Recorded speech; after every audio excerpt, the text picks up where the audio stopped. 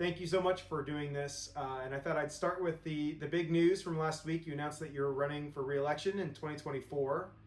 What are some of your goals if you were to be reelected? Evan, I have a lot that I still want to get done, and whether it's in the next 2 years in the 118th Congress or longer term. So just let me start. The American workforce. I am on the Health, Education, Labor, Pension Committee. Everywhere I go in Virginia, every employer says, I'm having a hard time hiring the people I want to hire. And it could be the Farm Bureau or the Associated General Contractors or hospitals or restaurants. And I think the American workforce, we've got to do some significant things to make sure that our workforce stays strong and productive. And for me, that includes better career and technical training. I have a bill called the Jobs Act to allow Pell Grants to be used not just for college, but also for high quality career and technical training. And Lord knows we need more people in trades.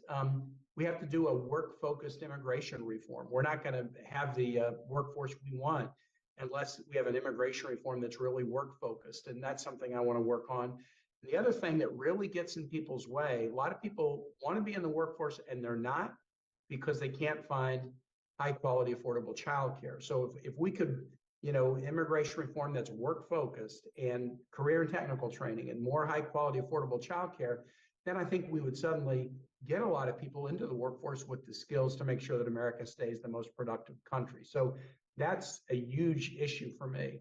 A second issue for me in this next Congress, but beyond, should I be reelected, is just a whole series of healthcare issues, many of which were really important, but COVID has exacerbated them. We have a dramatic shortage of mental health service providers, and we need to train more because behavioral health needs, whether it's dealing with the stresses of COVID or you're in the middle of a recovery from alcohol or substance use disorder, we've got to have more mental health services accessible to people. Millions of Americans like me are dealing with long COVID, the after effects of having COVID. My symptoms, thank goodness, are mild, but as I've talked about them, it opens up discussion, and a whole lot of people come to me and to my staff and talk about the really serious challenges that they're dealing with. A study came out in the last 10 days. It was a superb gathering of all the other available research that just shows millions of Americans around the world, hundreds of millions, are going to be dealing with this issue. We have to have treatments and strategies to help people who are trying to live through this. And so, and then there's always in the health space the issue of cost. We did a good job in the Inflation Reduction Act bringing down prescription drug costs for seniors. But how about if you're not a senior? Or how about if your main worry isn't prescription drugs, but just the cost of your monthly healthcare premium? What we can do in that? So those are two huge priorities. You brought up long COVID. I put out the inquiry to people in the newsroom, what would you want to ask Senator Kaine? And that multiple people brought that up. What federal action could be taken? Are you interested in federal action relating to long COVID? Yeah, so there's probably at least three major things that we have to do on long COVID. One, we've got to just continue to do research. COVID is tricky. For some people, it's a respiratory condition. For some people, their heart rate goes up and down. For some people, they lose their sense of taste or smell, or they have deep fatigue. So the symptoms are so multiple, and the long COVID symptoms are multiple as well. For me, it's a nerve tingling. I tell everybody it's like every nerve in my body's had 5 cups of coffee, and it's just tingling nonstop. And this has been going on for 3 years. Others have much more serious conditions. So more research, and the research can be about causes, but also about cures. And this is hopeful right now. There are treatments for conditions unrelated to COVID that might seem similar to some COVID symptoms, and we can try those treatments on people who've had COVID and see, okay, well, this reduces the instability of your heart rate. This reduces neuropathy, nerve tingling. So that's number one, research. Number two is education of people and providers and employers, because a lot of people are having some challenges returning to their normal work schedule, but they can still work. And thank goodness we do have, telework options and things like this that we didn't do that well before COVID. So we've made some advances during COVID that might help people, but we got to educate providers and patients and employers on how to deal with long COVID if you have it yourself, or how to treat those around you, whether they're your patients or your coworkers who have long COVID. So that's second. And then the third one is we really have to look into some policies. When could long COVID be significant enough that you ought to be able to qualify for Social Security disability?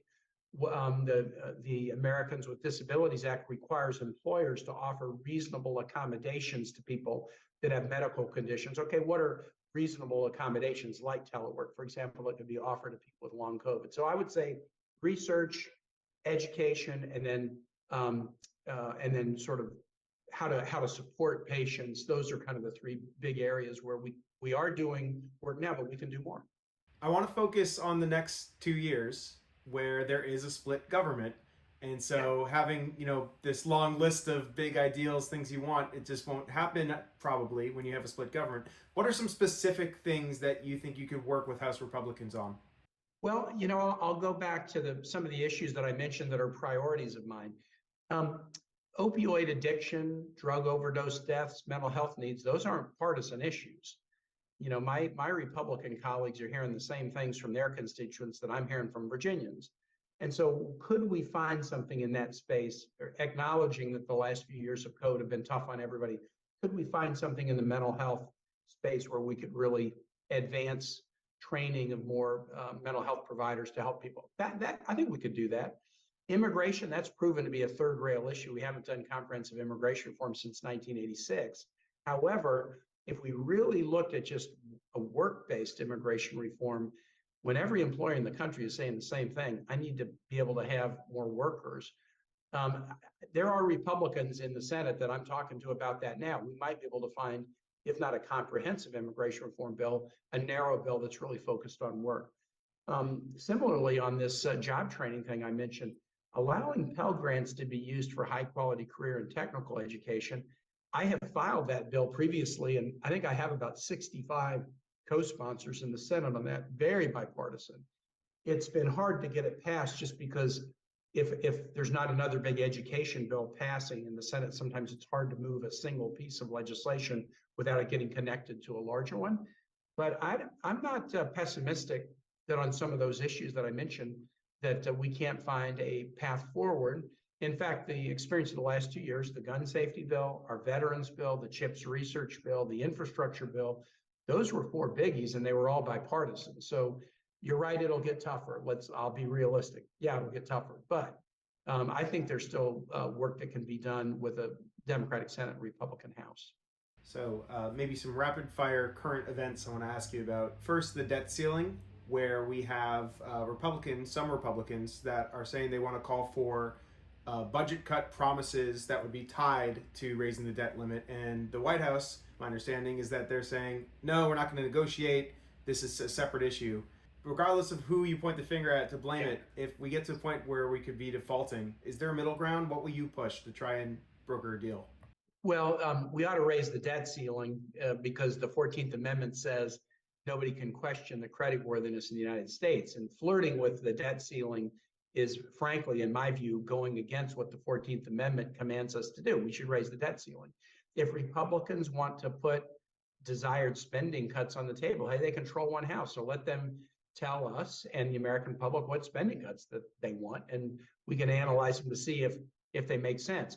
I do have a solution on the table. Jeff Merkley and I basically looked at what Congress did in 2011 when there was an earlier brinksmanship over this issue. And what Congress did is, in that one instance, and this was under Republican leadership in the Senate, in that one instance, they gave to the president the ability to raise the debt ceiling subject to a vote of congressional disapproval. So if the president did it, it would immediately on an expedited calendar be in the Senate for an up or down vote.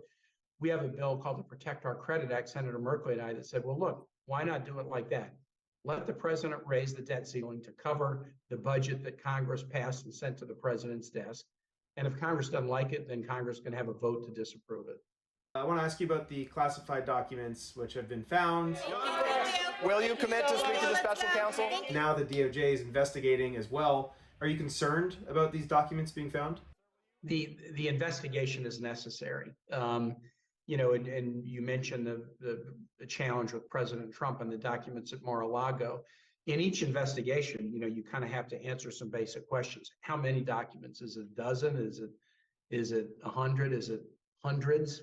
How important are the documents? There's different kinds of classification. I'm in our classified facilities all the time, and I'll read a classified document and say, wait a minute, they were reporting on WUSA on that in the last month. That's already out there. And others are like, wow, this is really, classified at a very high level. So how important were these documents? How did they get to a place where they shouldn't have been? Who had access to them?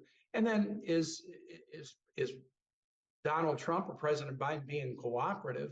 That's a really important issue too. So that's why you need the independent investigation. And I applaud the Biden administration for welcoming it. And I applaud the Attorney General Garland in making sure that the investigation is being led by somebody who is a Trump appointee, so people won't have a question about whether the investigation is going to be credible and independent. We just have to answer those questions. I have one or two more questions, so I'll try to make them quick. First, in your role on the Armed Services Committee, what are your thoughts about the White House considering sending M1 tanks? Do you think that's a good idea to send tanks to Ukraine? So Armed Services Committee, we have a really good dialogue with Ukraine's defense forces. We started to do joint exercise and train them in 2014 after the invasion of Crimea. So this is not just a relationship that popped up last February. We communicate very, very well. I generally don't micromanage, like we should send this many HIMARS or this many Abrams tanks. That's a discussion that goes on between the Pentagon and the Ukrainian Defense Forces.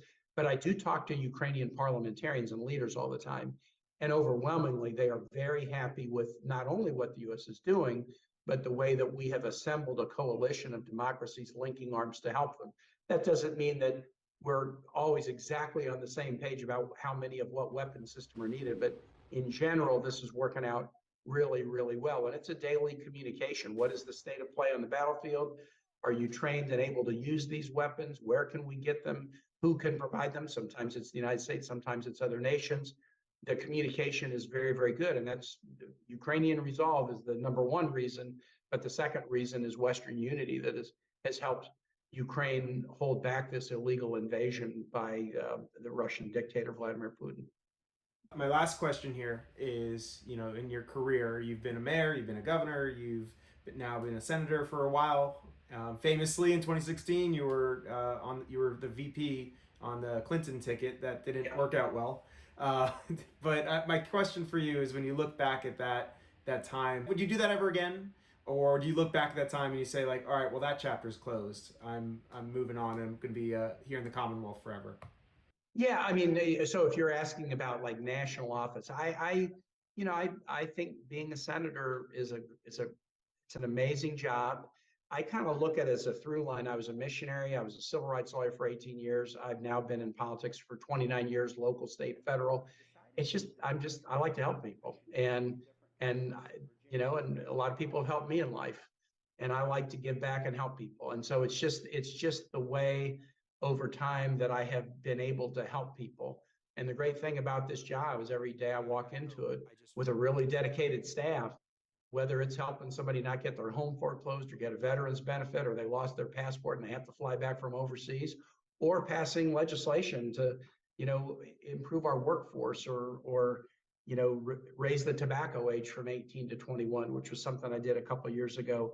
You just have the opportunity every day to help people, and that's very satisfying. So anything beyond this office, I'm not thinking about any of that. All right. Well, I appreciate your time. I had a number of other questions, but that's all the time we have. So I really appreciate it. Evan, glad we could do it today.